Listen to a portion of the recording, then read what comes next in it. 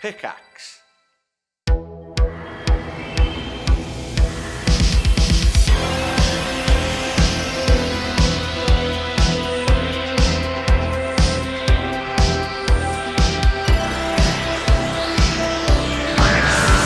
Hello, and welcome back to the Review of Death, a Doctor Who podcast and your fortnightly home for Doctor Who news and reviews. I'm Matthew Toffolo. I'm joined, as always, by Billy Garratt-John, who is in the sunnier side of the world than what I am. How are you doing? I'm good. It's sunny, but I'm still trying to jingle my bells as best I can.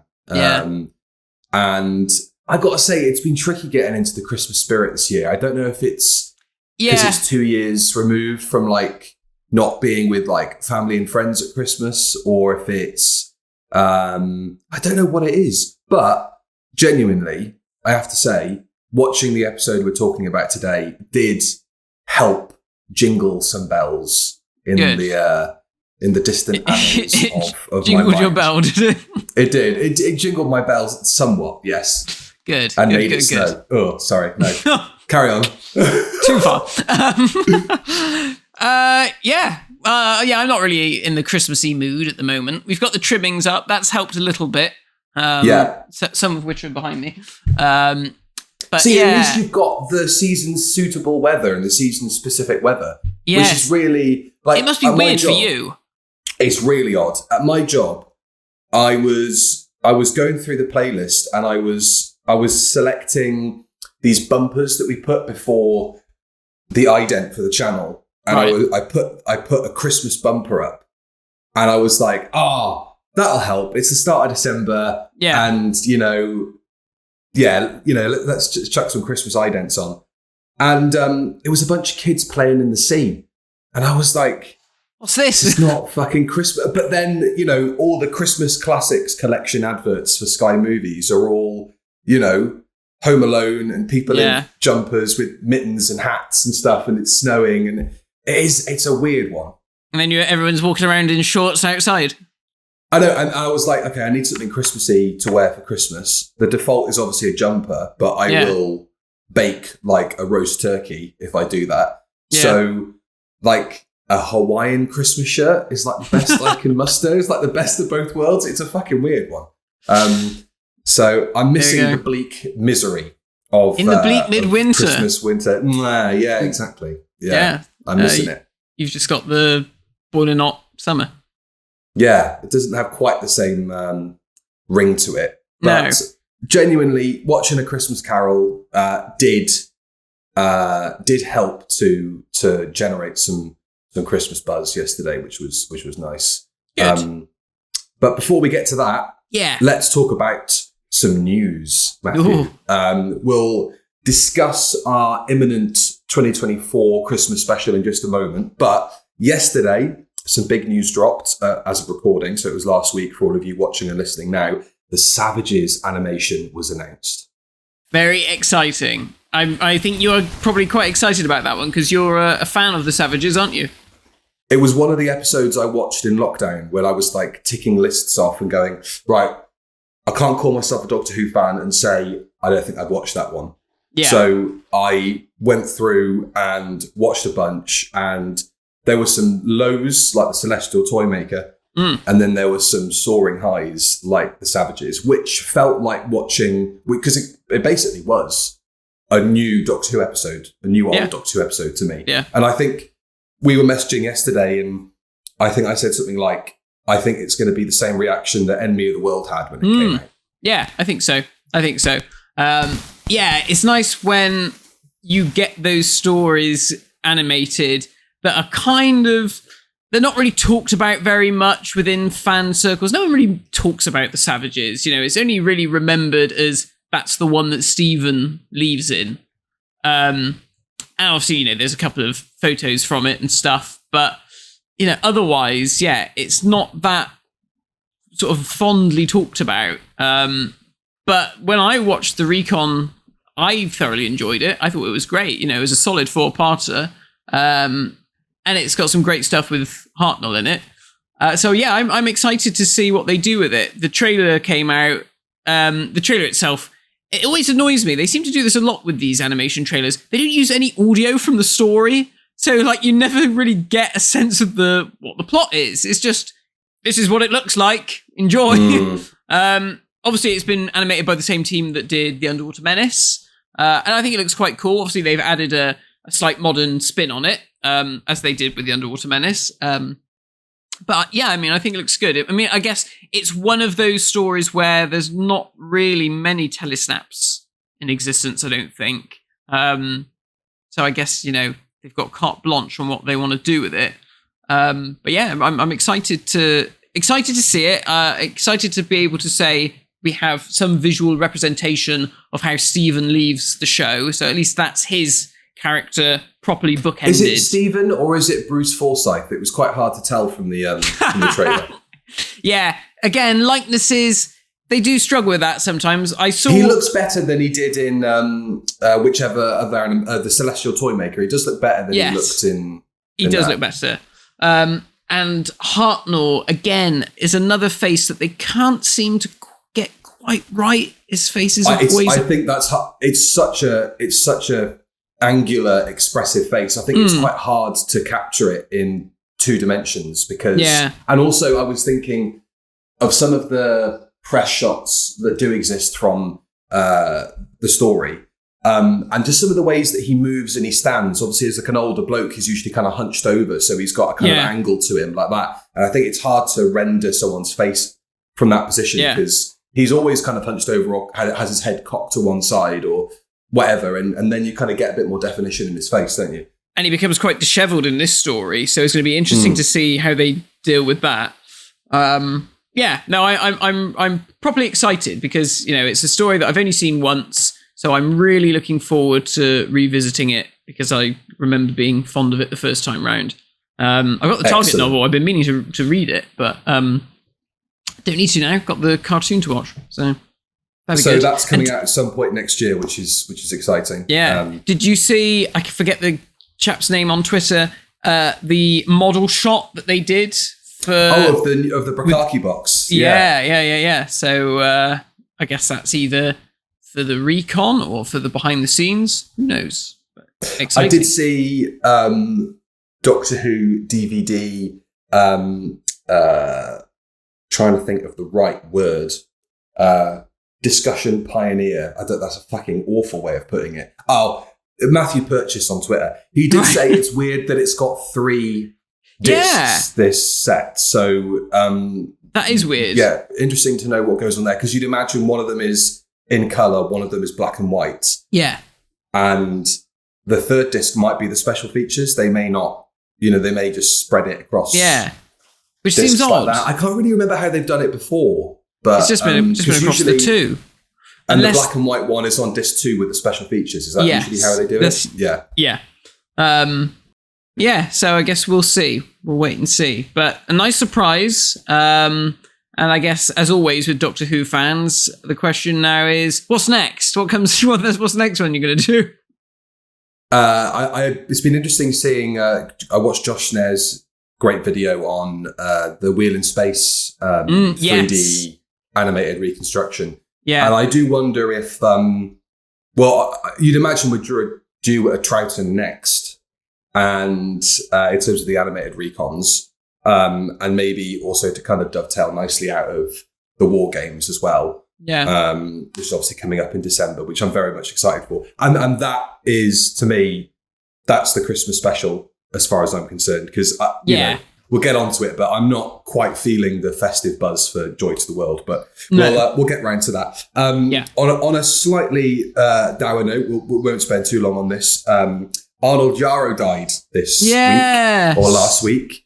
104 years old, which is absolutely cracking. Amazing. Yeah. But he was the oldest, at that point, oldest living actor to have appeared in Doctor Who. Yeah. He was still with us, 104 years of age. It was very interesting looking at his IMDb and his Wikipedia, actually, because I didn't realise that he was a writer as well as playing this tiny role in an often maligned episode of Doctor Who, or one that people hold very dear affection for, but it's not considered to be a classic. It's a Marmite one, isn't it? It's like, if you're of a certain age, it's probably a firm favourite because it's like potentially one of the first Doctor Who stories you ever saw or owned on VHS, which I know is like the same for you and I. Yeah, but otherwise, perhaps if you grew up watching the Pertwee era live, maybe you watched it and thought, meh. But it's another Terry Nation run around. But he gave so much character to that kind of thankless role, you know, given the fact that he's this subterranean weirdo who speaks in a strange voice and just creeps around in the shadows a lot.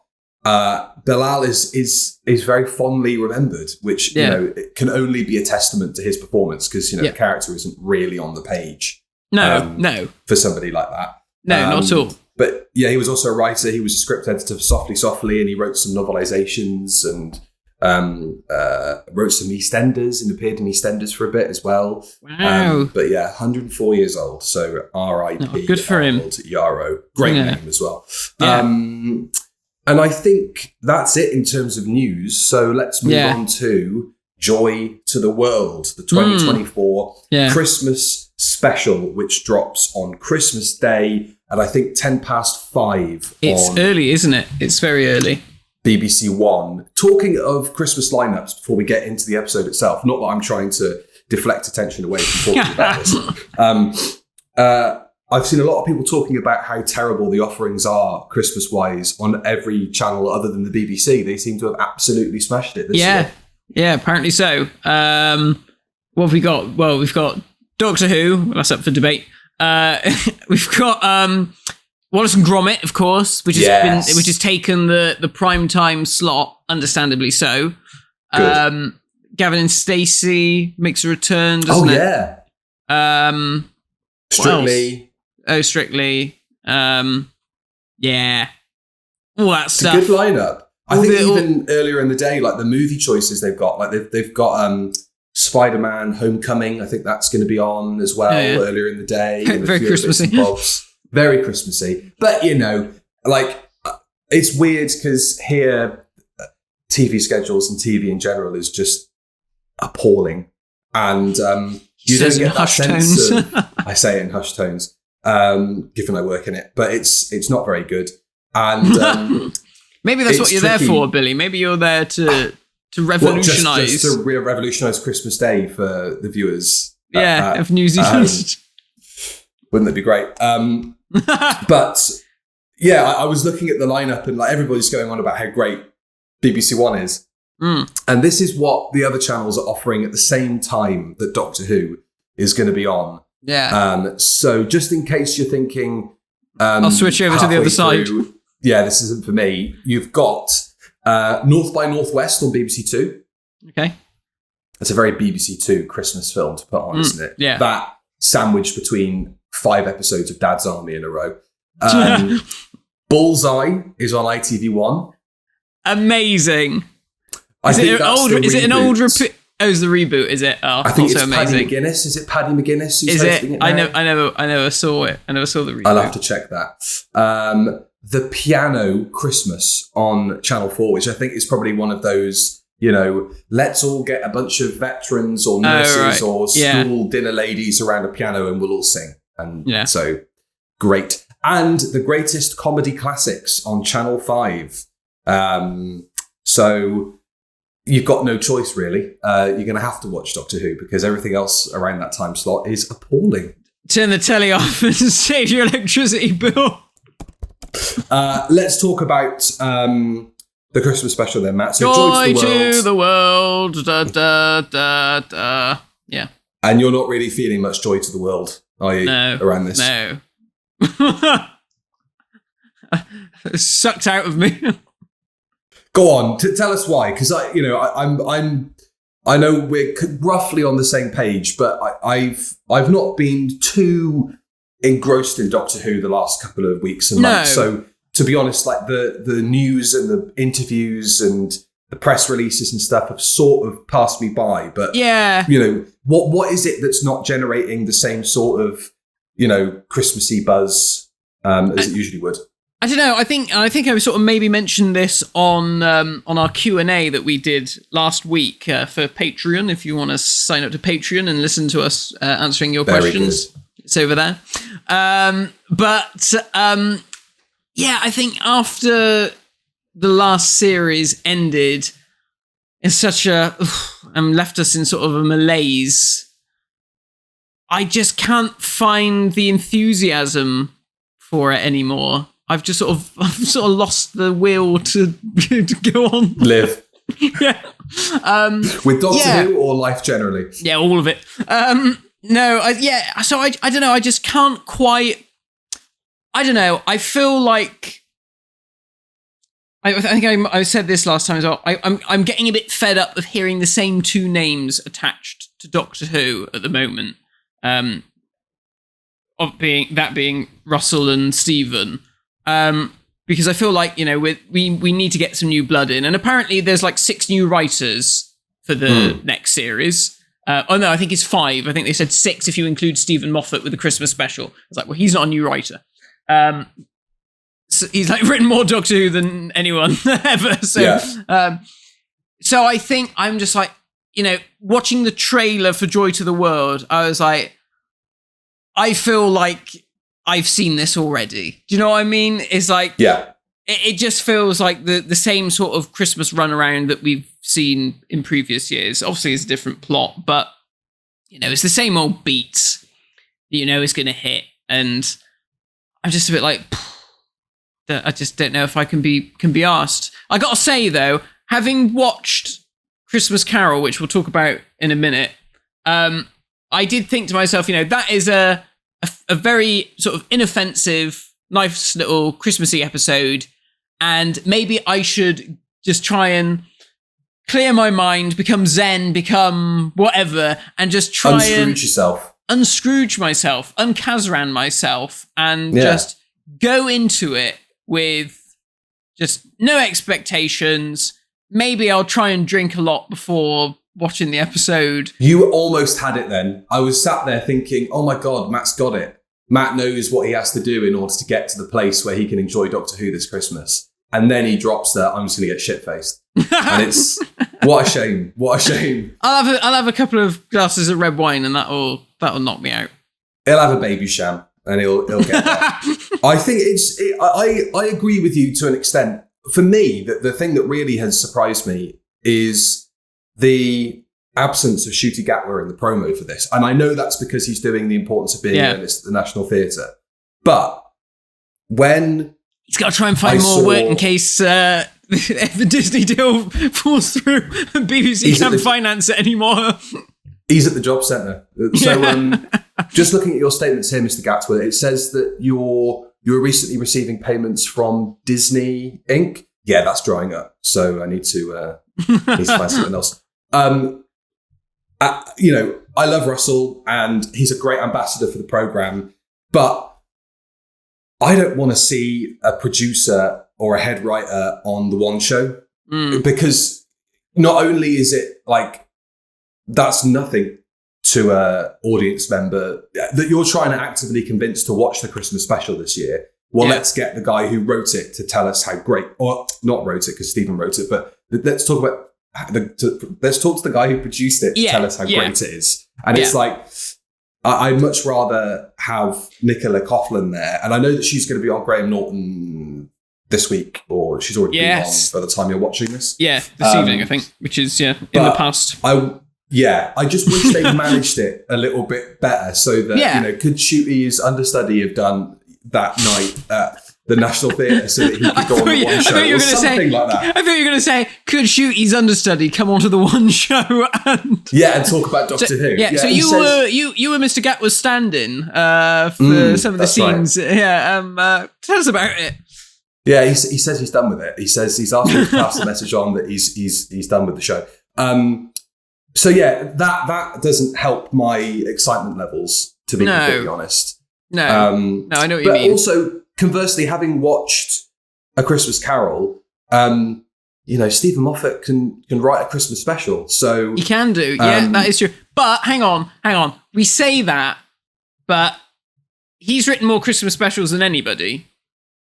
And he's written some good ones, like the one we're about to talk about, but he's written some stinky ones as well. Let's not forget that we did have to watch The Widow, and the Wardrobe. And the Widow. Whatever it's called. We watched The Widow, The Widow, and The Widow. That is right. We did watch that. Yeah. But I mean, it's an inoffensive runaround, but that's it. And I think you're right in maybe not the drinking part, but you're right in the going into it with no or low expectations, considering it is a Christmas special, and just letting it wash over you. I think that is the right approach. Let's talk about the episode itself. Think Wallace and Gromit is on in an hour's time. Exactly. It's like, close your eyes, it'll be over in a bit. So the Doctor Who 2024 Christmas special, Joy to the World, introduces Nicola Coughlan as Joy, who checks into a London hotel in 2024, only to discover her quiet stay is anything but ordinary.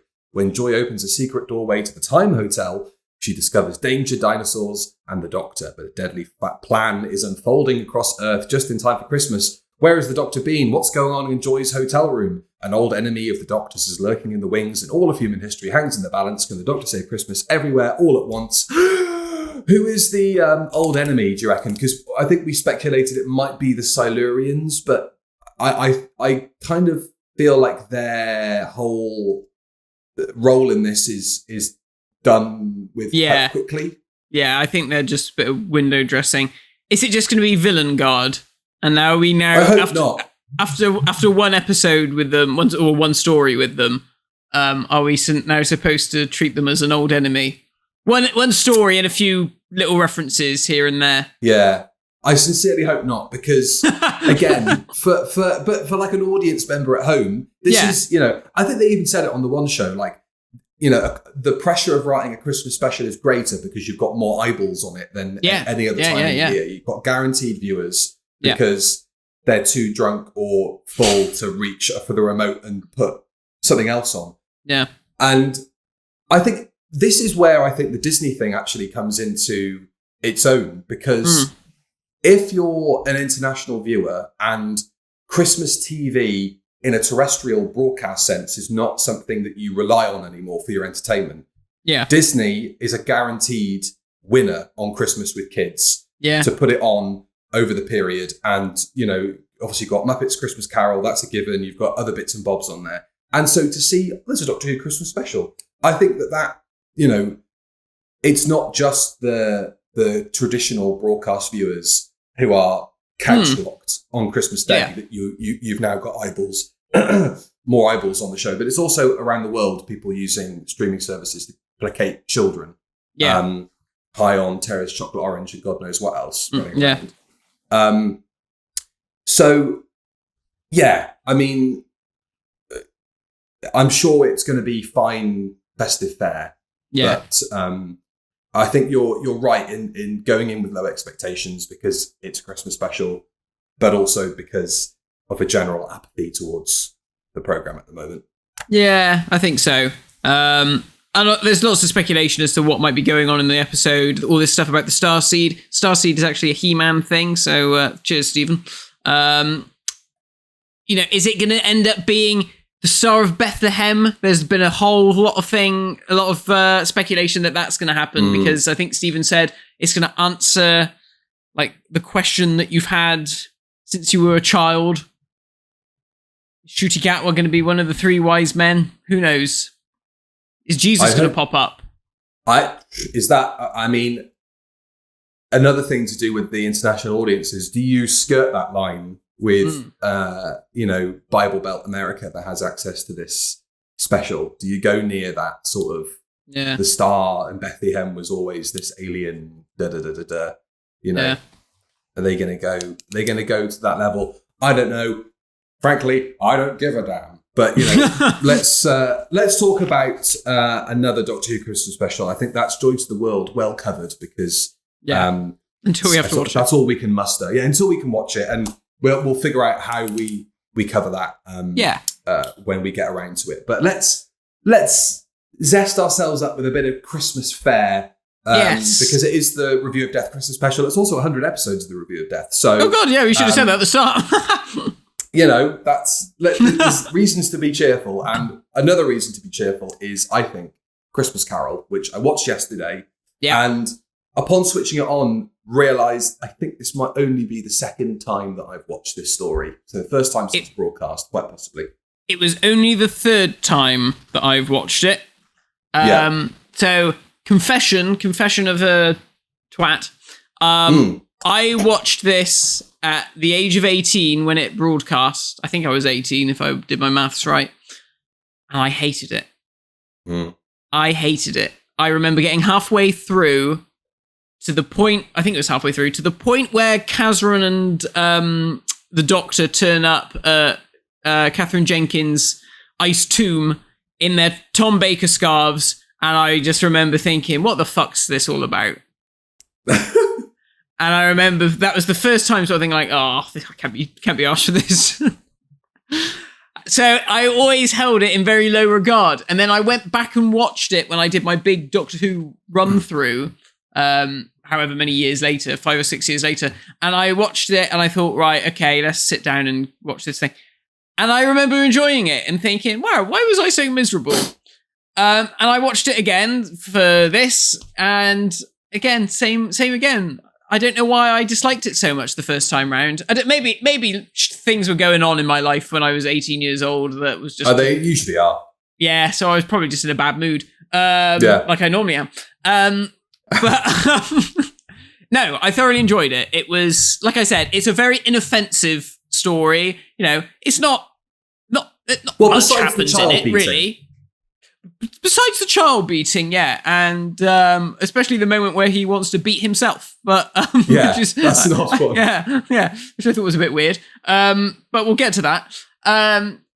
Yeah, you know, it's Doctor Who does A Christmas Carol. It is literally what it says on the tin, and when I was watching it yesterday, I was thinking, yeah, this is nice. This is great. You know, it's hitting all those beats. It's getting the little nods to the original in with Amy as, you know, I'm the ghost of Christmas present. You've got Kazran talks about all the surplus population and all this sort of stuff, and he's a real miser and a miserable old bastard. So, I really don't understand what was going on with 18-year-old me.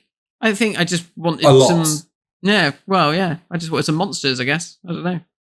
Yeah, I think I was probably in a similar spot to you, but I loved Series 5, and I wasn't quite at that stage of my adolescence at that point. No. But I don't remember really being swept away with this one. No. And we've said before that we felt that a certain rot or a certain apathy towards the modern version of the show set in for us around Series 6. Yeah. And obviously this bridges the gap between the last time that we felt whole and secure as Doctor Who fans and the time where we started to become grumpy arseholes. So it's a funny one because it bridges that gap. And I think that, again, for me, whatever we say about stories from 2011 till 2013, 2014, the thing that always knits it together is Matt Smith.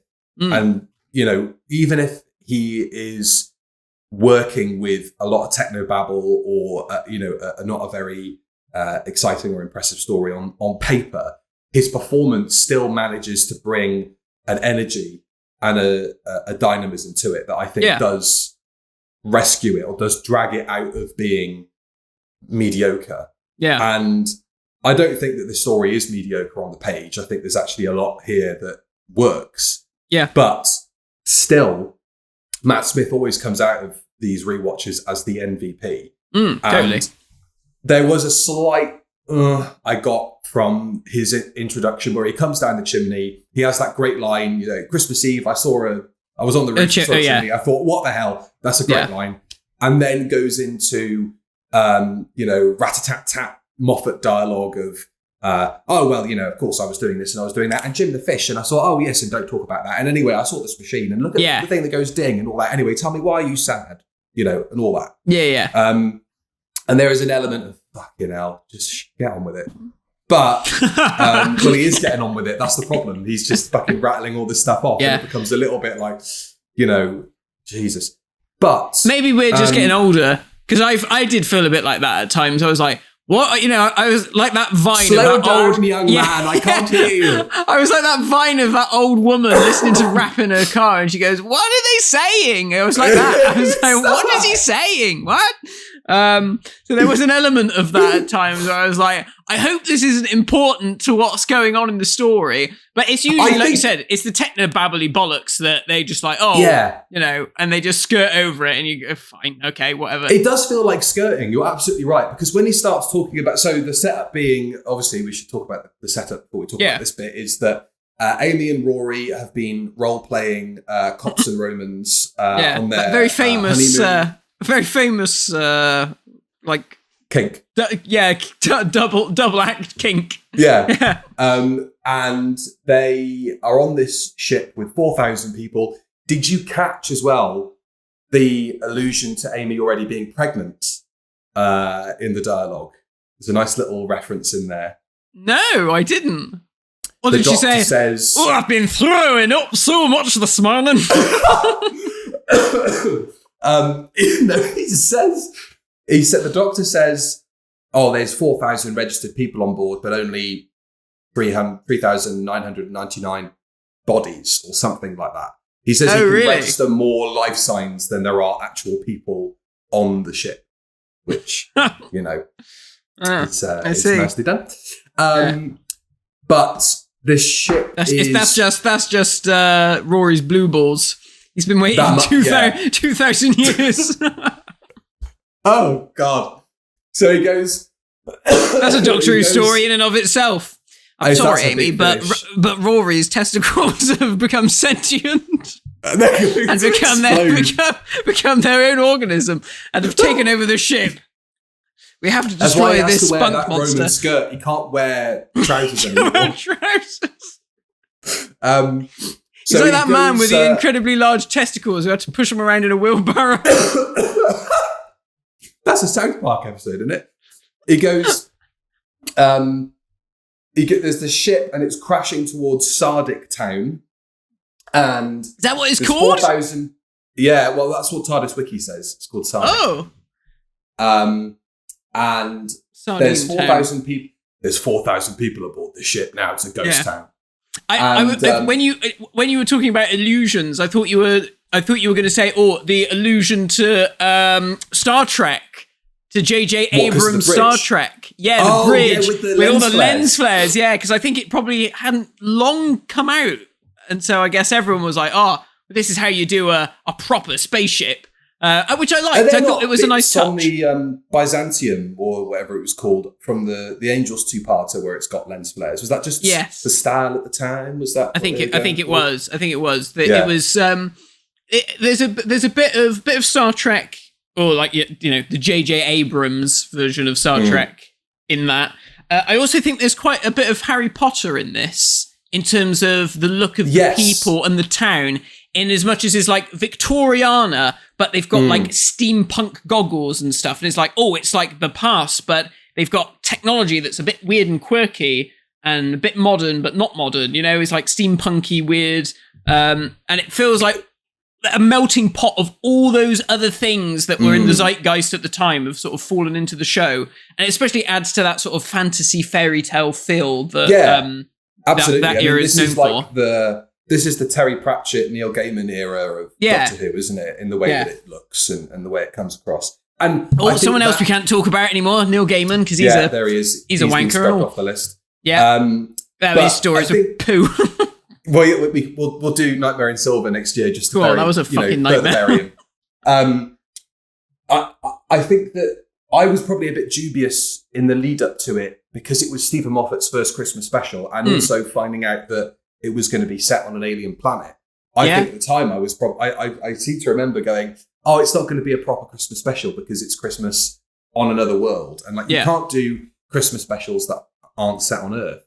Yeah. But I think with the aesthetic you're talking about there, with the kind of fantastical element, it does actually generate enough fantasy that even though it's not Christmas as we know it, it does have a warm, festive, Victorian feel, which is enough to kind of, generate that festive buzz. There's this ship and it's got 4,000 people on board. It's crashing towards this planet and then it gets trapped in a cloud layer, which is kept supported or tamed by this spire. And the person who owns the spire, which the building the spire is on top of, is Kazran Sardik, and he's a grumpy arsehole, and he doesn't want to save the people from dying because he had a terrible childhood, and the Doctor is going to traumatize him with footage of his father beating him in order to try and convince him to save all these people. And that is the setup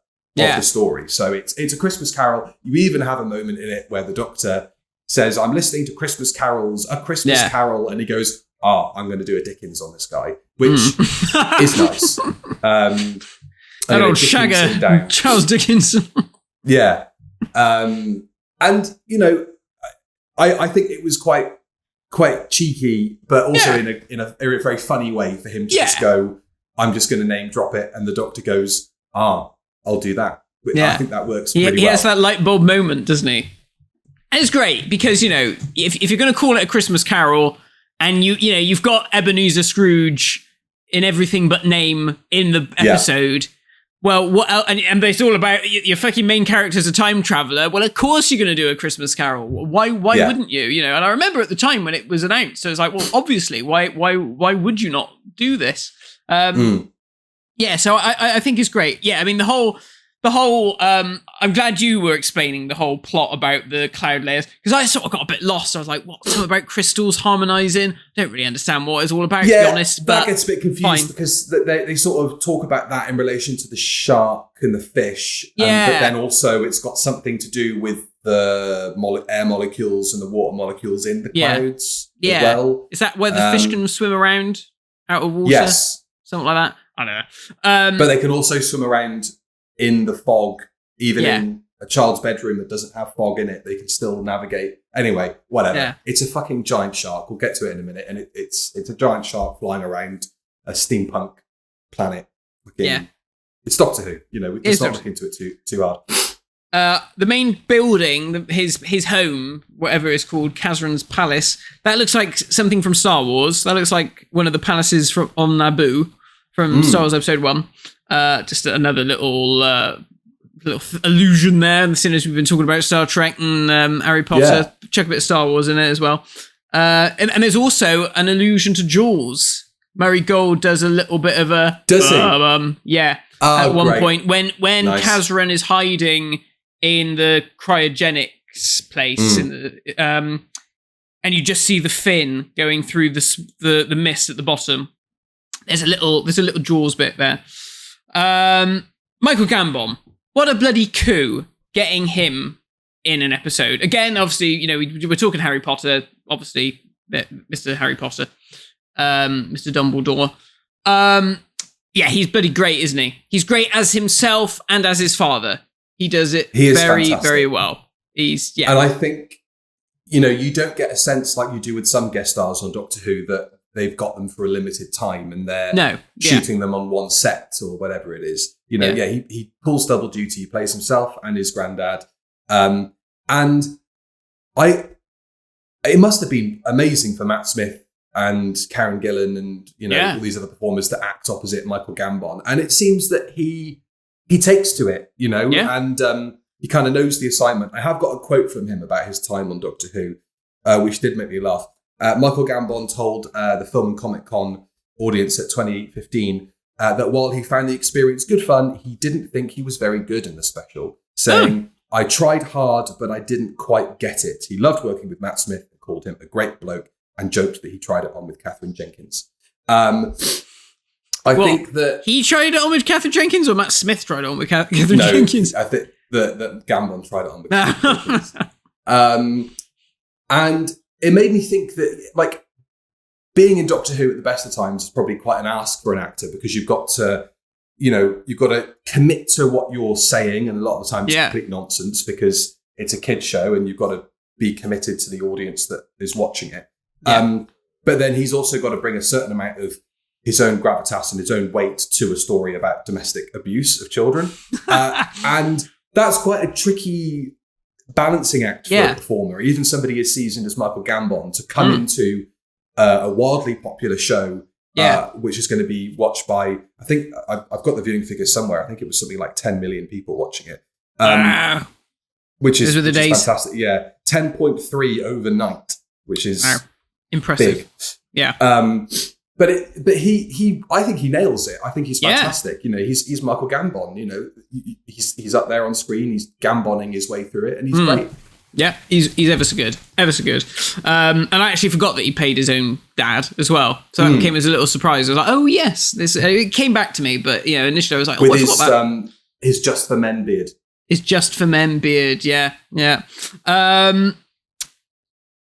A little Pyramids of Mars reference with the isomorphic controls. They work 1-to-1 only for me, or however he words it, but it is basically literally taken straight out of Pyramids of Mars, which is great. Nice little reference there. Yes, that's why you liked this one. Yeah, but forget the Christmas cheer. He's putting it on. He's faking it.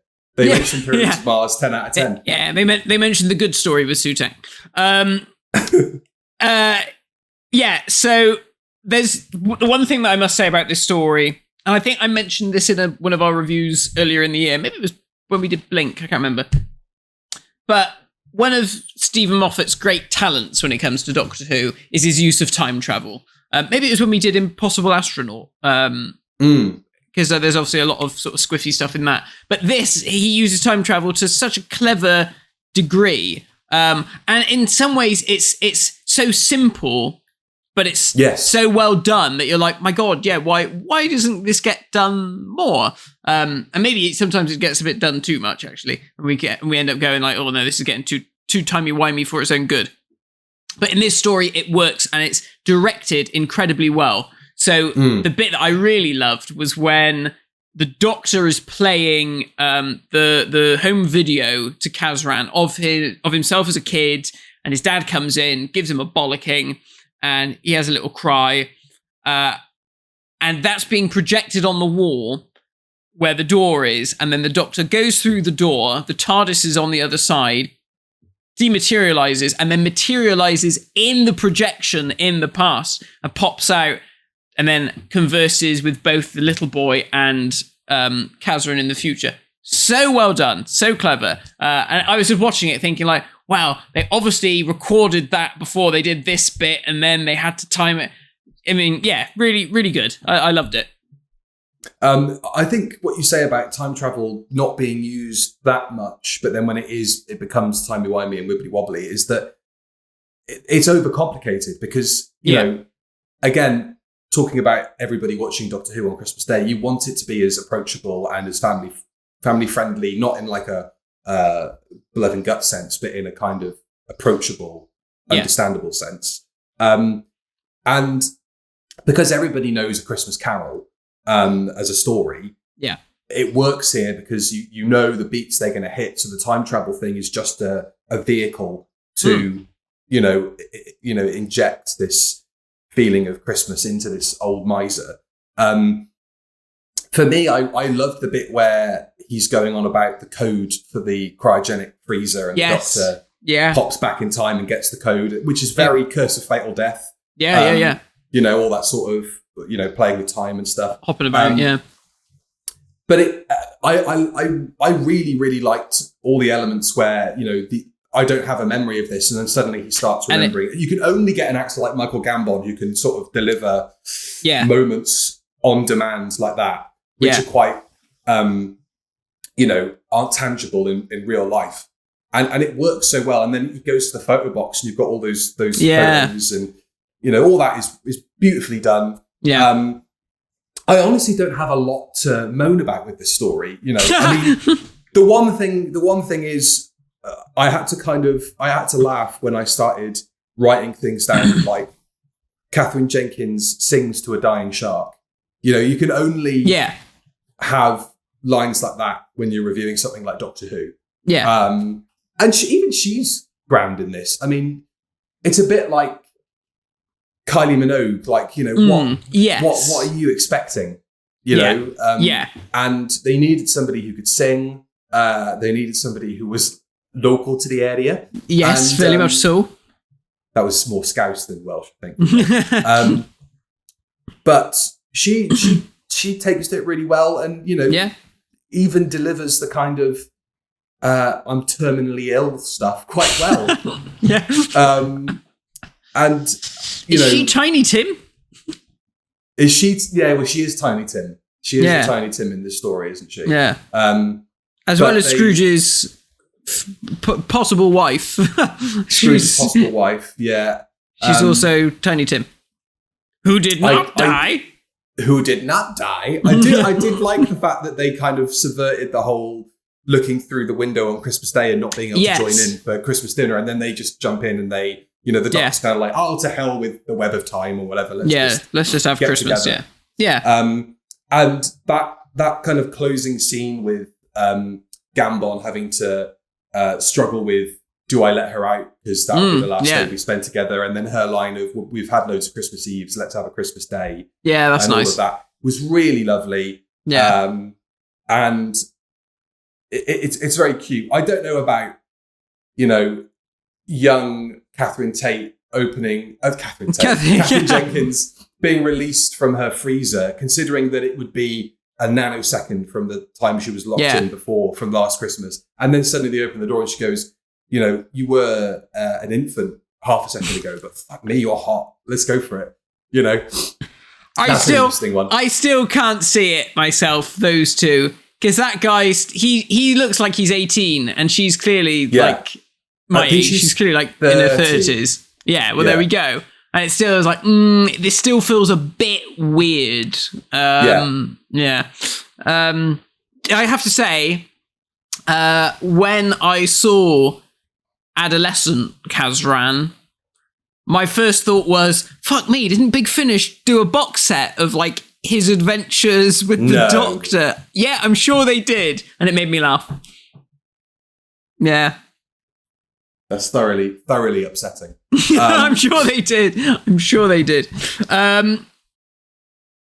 fish and the sharks, CGI wise, what do we think?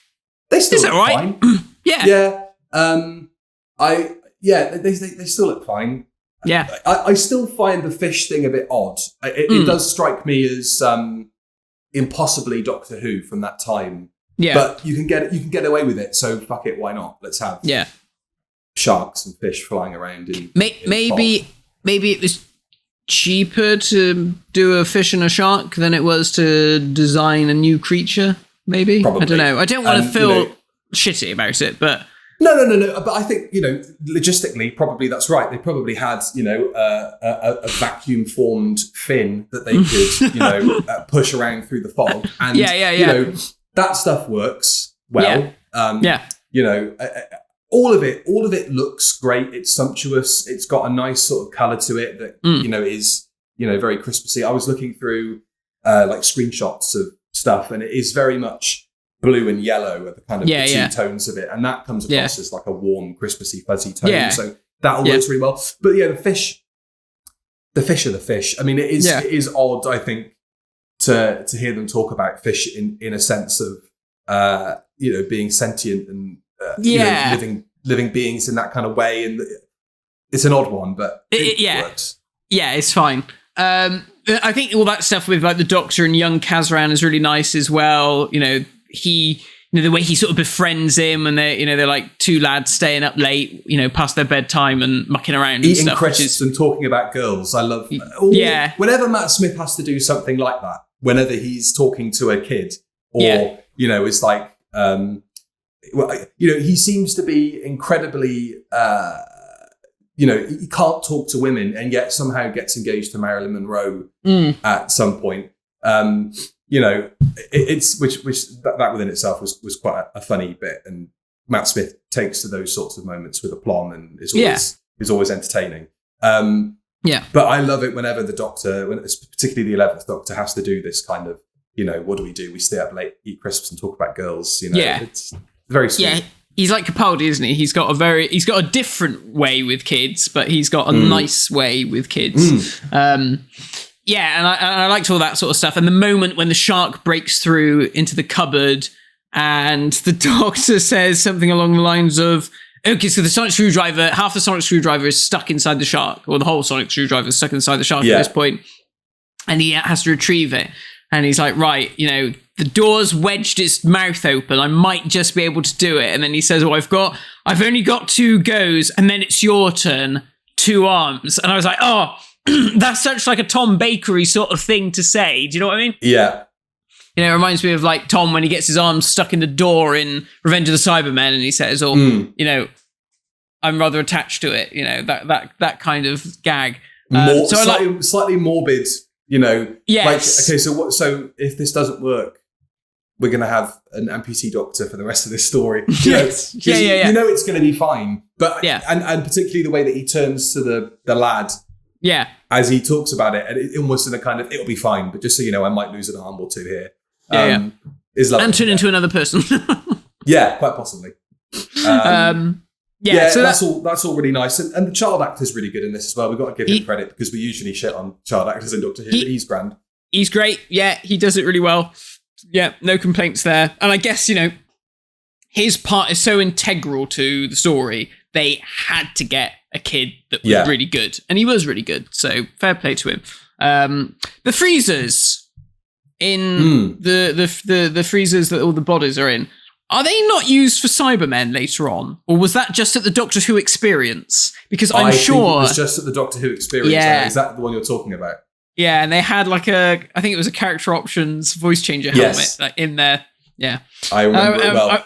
It would have been hard to get a waxwork model. They would have gone to Madame Tussauds and said, "Can we borrow you Catherine Jenkins for a couple of years and stick her in the freezer?" Yeah, she's all right, isn't she? She's not an actress, but she does the job.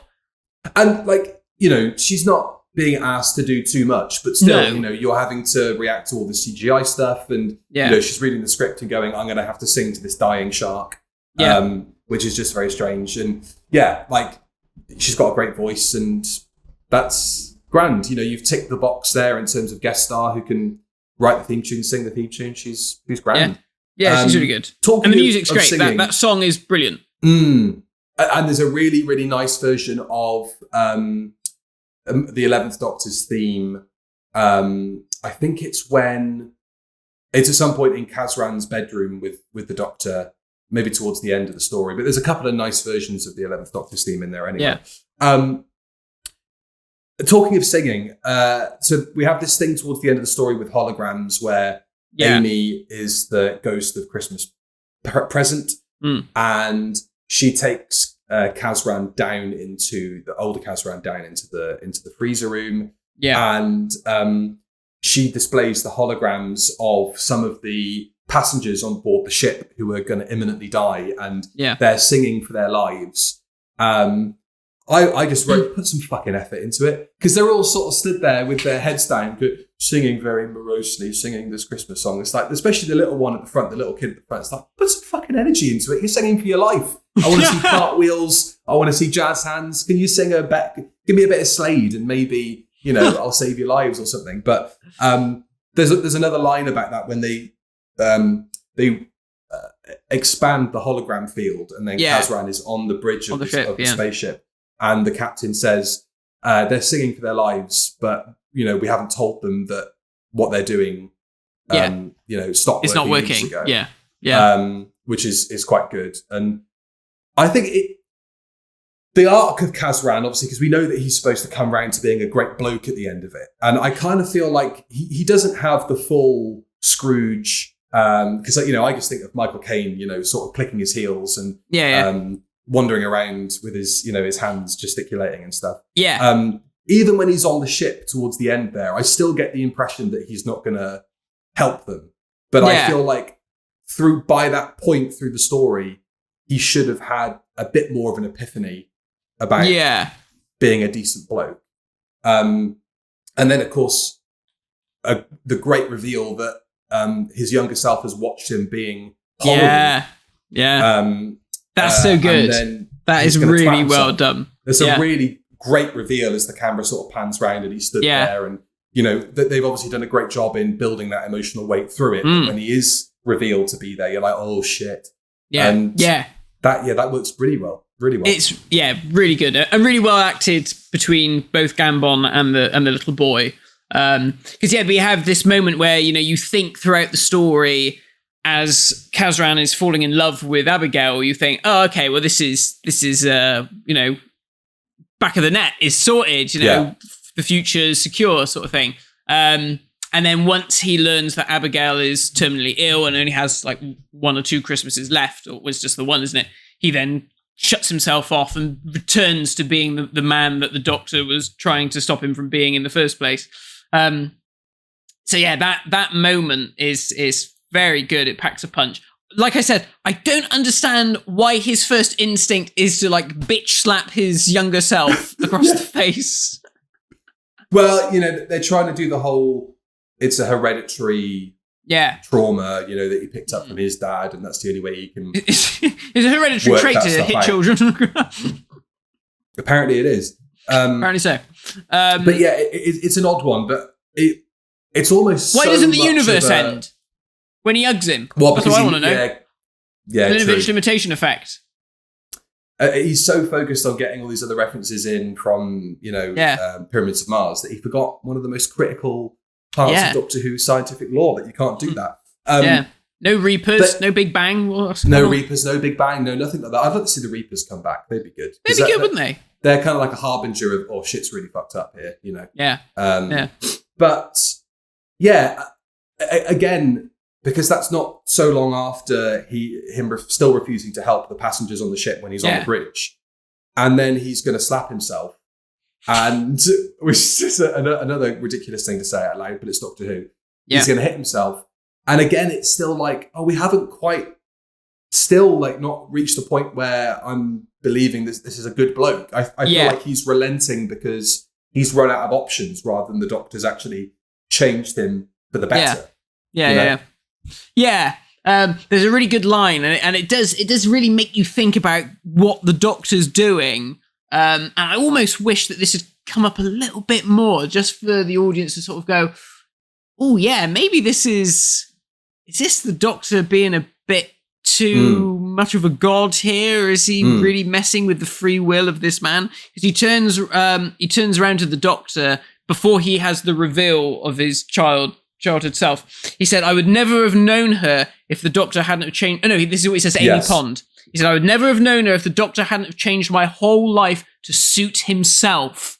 And I was like, fuck yeah, you almost kind of want, because obviously Amy and Rory are sort of fairly superfluous in this story. They aren't really acting as the normal traditional companion roles in this episode. But you almost kind of want that little moment where Amy sort of says to the Doctor, like, hang on a minute, is this okay? I suppose you could say that does get built on through Series 6, because the whole thing of Series 6 is the Doctor's been too loud and he's made too much of a noise about himself and it needs to go dark. And obviously there's another reference for the Series 6 thread with the Abigail song being silence is all you hear. Yes, nice little nod, because we'd obviously heard about the silence, hadn't we, in the last episode. The first time we really hear about silence as a thing, or like silence will fall as being a thing. And then to hear it pop up in the song, I remember thinking, ooh, this is definitely a thing. This is really is happening. Whatever that is. Whatever it was. Whatever it was. Whatever it was, indeed. A big part of But I do feel like the whole, the Doctor's meddling too much. This plays into that, but obviously you don't get the payoff of that until much, much later on. And the Doctor doesn't really seem to learn his lesson from that, because he's still making a lot of noise to this day. But I agree. It was nice that there was still that justification for Kazran to be pissed off and angry and bitter. And, his bitterness makes sense without the childhood trauma that the Doctor makes him relive.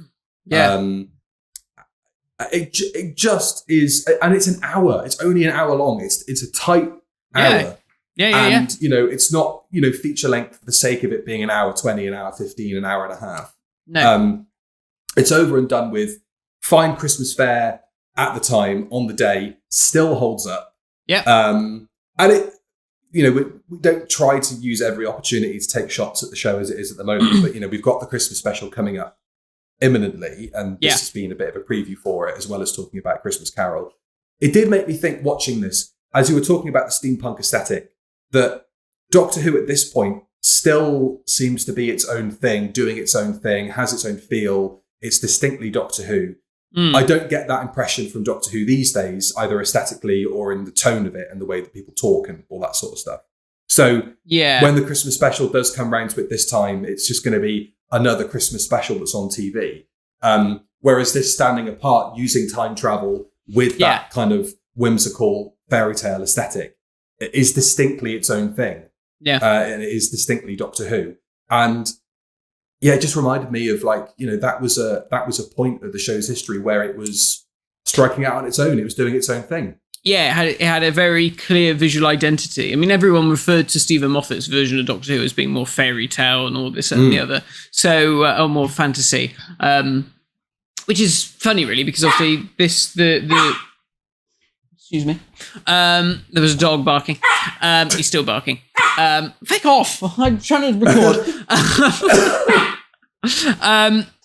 Which is funny, really, because now the current version of the show is leaning very much into the whole more fantastical aspect of the program in terms of gods and that sort of stuff. It's just fun, isn't it? It's just odd that we've got these two different versions of the show, but both sort of kind of trying to do the same thing in different ways. I enjoyed it. I thought it was great. I thought it was a good, fun story. Certainly one of Moffat's best Christmas specials. Absolutely. I think my favourite of his is probably Last Christmas with Capaldi. Well, it's funny you mention that because talking of favourite Christmas specials, I did post on the Review of Death socials very late in the day, but wanted to ask people what their favourite Doctor Who Christmas special was, because for me, it's still the Christmas Invasion, and I think it's because it was the first, and it was that first Christmas, the first year that Doctor Who was back. I had new Doctor Who toys under the Christmas tree for the first time ever. It was such a moment. And I agree. Me, I think that's probably true of myself as well. Yeah, that's always been the measuring stick to me for other Christmas specials. Because I think it feels like Christmas. We were talking about this when we watched our Boxing Day special, which is we'll talk about in a bit. That it looks like Christmas, the Christmases we grew up with as well, which obviously helps big time. But I'll run through. So of all the Christmas specials, obviously we've got Christmas Carol, which we spoke about today, Christmas Invasion, Runaway Bride, The Next Doctor, The Doctor, the Widow and the Wardrobe, Last Christmas, Twice Upon a Time, The Church on Ruby Road, The Snowmen, Time of the Doctor, Return of Doctor Mysterio, Husbands of River Song, and Revolution of the Daleks, and Eve of the Daleks are obviously New Year's specials. But of those, which is your favourite? Where do you think the one we spoke about today comes, before I tell you what our Rodder's favourite and least favourite Christmas specials are? Like I said, I'm probably like you, maybe Christmas Invasion. I think what works for me with Christmas Invasion, obviously there's a lot of nostalgia, like you said, at the time the hype for Doctor Who was so high. But I think what works about that story is it feels like such a continuation of the story of series 1. It feels like it. You have to watch this to understand what's happening within the program. I might have to murder this dog. Whereas sometimes Doctor Who Christmas specials can just feel like a bit of fluff and take it or leave it. And like even this one to a degree, you can say that about this. But I think the Christmas Invasion, I guess even the Runaway Bride, they both sort of feel like it builds upon the story arc of our lead characters, and I think that's what helps them sort of secure a stronger story placing, maybe. So yeah, I think Christmas Invasion for me. And would this come near the top of your list, do you reckon, Christmas Carol? Oh, yeah, for sure. I mean, I like this one. I like Runaway Bride. Runaway Bride's fine. It's good fun. Again, I think it still leans into that period of Doctor Who where it was just so exciting to have it back on. Yes. Yeah. So I like that one. Like I said, I like the one with Peter Capaldi and the face crabs. Probably those. I like the Voyage of the Damned. Voyage of the Damned is quite good fun as well. Yeah, it is. Voyage of the Damned's great. I think that I would agree with you. I don't really remember Last Christmas. I think that was definitely another point of with Doctor Who that I'm sort of, I can't really remember anything about it apart from Nick Frost as Father Christmas and the companion that could have been. Yes, But let's have a look and see what our others thought. Actually, let's do what they thought of A Christmas Carol first, because I think that will probably help us figure out where this is going to place when we actually do look at the poll that we put out. So we asked you all what you thought of A Christmas Carol on the social medias. And I knew straight away when we announced that we were doing the story that it was going to be beloved. And I think, that has been borne out. Here Comes the Doctor. While not the best Christmas special, brackets Voyage, it is by far the best written. Matt Smith is on point. It's a great adaptation of a Dickens classic. Michael Gambon and Catherine Jenkins are fantastic. And aside from the God complex, I would say this is Matt's best episode. Interesting. Wow. Joseph Thomas, fantastic episode, takes the magic of Christmas and the fun of Doctor Who and adds them together. Time Space Visualizer, the best Christmas special, unlikely to ever be topped. Doctor Who has never felt Christmassier and never has since, leaning into the greatest Christmas story with some fantastic performances, a killer score, and a beautifully written script. I revisit it every year. Gosh. Susanna, it's grown on me. When I was 8, I was 8 when it aired, and I didn't quite get the Ghost of Christmas Yet to Come being Kazran himself. Yeah, that's a lovely subversion of the Christmas classic, isn't it? While I personally prefer The Snowmen for nostalgic reasons, this is the best of Matt Smith's specials in terms of quality. The sentiment is nice without being too twee. And I think that's probably balanced by how fucking horrible Kazran is, wanting to smash the shit out of himself. Willow Turner, the joint best Doctor Who Christmas special with Voyage of the Damned. So it's just universally beloved, which is not surprising to me. No. So then when we turn to this poll, by far and away, the most voted for Doctor Who Christmas special is A Christmas Carol. So this is the one. This is the one. This is the one, Matt. Yeah. And I'm cool with that because I think, like we said, we're looking at the Christmas Invasion with a bit of a rose-tinted or tinsel-tinted spectacles on, from it being the first and it meaning so much as Doctor Who fans. You're really fucking fighting the elements. I'm having technical difficulties here. Of a four-legged kind. Top of the list, Christmas Carol. Then in second place, The Christmas Invasion. Joint third, Time of the Doctor and The Runaway Bride. So Last Christmas hasn't had a sniff yet. Time of the Doctor. Oh yeah, that was a Christmas special, wasn't it? It was, yeah. Oh no. Oh no. Oh no. No. Fuck off. All that bollocks about, we're naked and we've got hologram clothes on. Fuck off. Give it a rest. Jesus Christ. Scrooge has turned up. So that was Last Christmas in fourth. Then The Husbands of River Song in fifth. And Eve of the Daleks.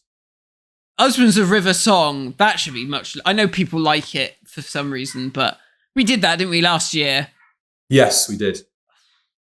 And with one vote apiece, The Church on Ruby Road, The Return of Dr. Mysterio, and Resolution, all right at the very bottom.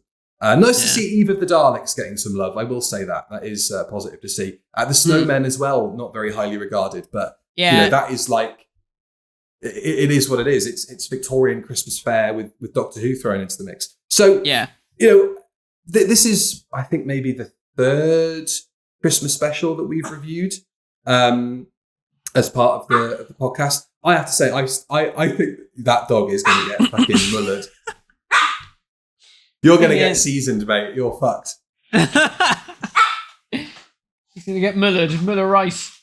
Go on, eat your food.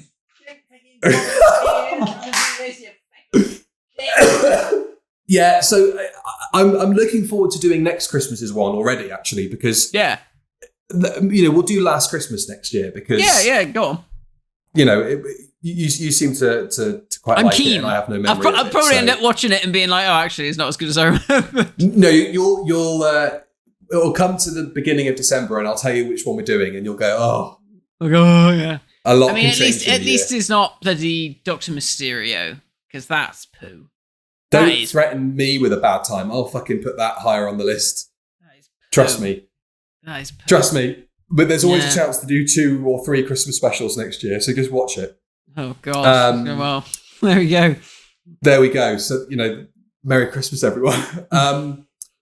That's that. That's the Review of Death Christmas special. That's episode 100 of the Review of Death out of the way. We're not quite done over the festive period yet, because on Boxing Day, we have a commentary of Attack of the Grask dropping on the Review of Death Patreon, which was great fun to do. So go and check that out. Become a Patreon subscriber and you get shit tons of bonus things as well.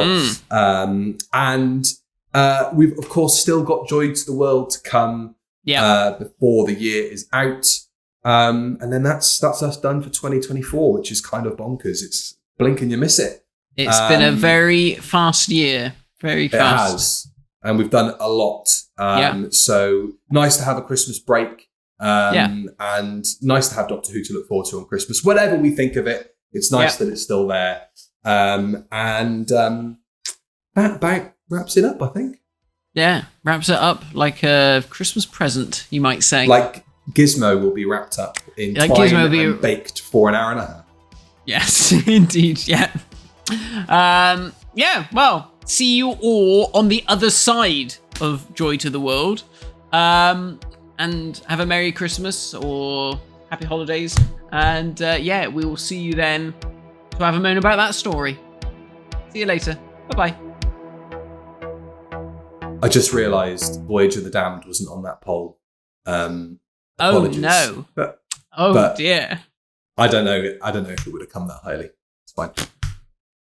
Never mind. That's just our little secret. That's just our that won't get included. No.